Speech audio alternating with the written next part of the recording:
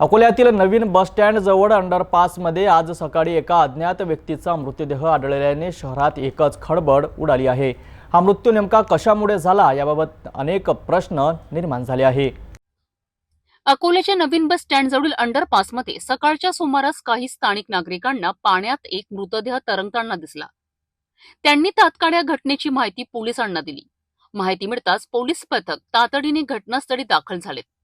पोलिसांनी मृतदेहाची पाहणी केली असून सध्या अधिक तपास सुरू आहे। मृतदेह बाहेर काढण्यासाठी पोलीस कर्मचारी सोपान डाबेराव यांनी स्वतः पाण्यात उडी घेतली आणि कर्तव्य दक्षतेचे उत्कृष्ट उदाहरण घालून दिले।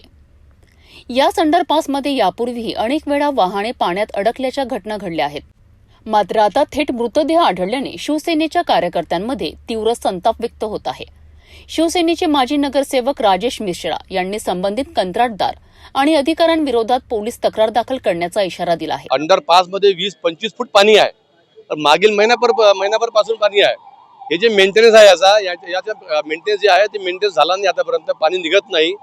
कोणता अधिकारी त्यांच्या कानावर जी रेंगत नाही। आता जे साळुंके साहेब आहेत त्यांच्याजवळ मी बोललो, ते इथे येऊन पाहत नाही। त्या माणसाचा जीव गेलेला आहे, आता तो भरपाई कोण करून देणार? हा नदी थोडी आहे, हे मोरणा नदी थोडी आहे। अंडरपास हे लोकांसाठी जाण्यासाठी मार्ग आहे, या मार्गावर इतकं पाणी आहे याचं कोणीही वाली नाही आहे। हे सबका साधन खुद का विकास असा अंडरपास झालेला आहे। मी चाललो कोतवालीत, आमचे जे पदाधिकारी सर्व बोलवतो आणि त्या झेंडूची कंपनी आहे त्याच्यावर गुन्हा दाखल करा आणि जे अधिकारी आहेत त्यांच्यावर गुन्हा दाखल करा, ही आमची मागणी आहे। आम्हाला सकाळी पोलीस स्टेशनला माहिती झाली की बस स्टँडच्या समोरील तळघराचा जो हे रस्ता आहे त्या रस्त्यामध्ये पाणी साचलेला आहे। त्या पाणी साचलेल्यामध्ये एक इसम डुबलेला आहे। तसेच आम्ही तात्काळ घटनास्थळावर पोहोचलो। सदरची घटनास्थळाची पाहणी केली असता त्या ठिकाणी तुंबंग पाणी भरलेला आहे। खालचा तळ रस्ता असलेला त्या ठिकाणी आम्हाला आतमध्ये ज्या ठिकाणी 20 ते 25 फूट पाणी साचलेलं आहे त्या ठिकाणी एक बॉडी पुरुष इसमाची दिसली।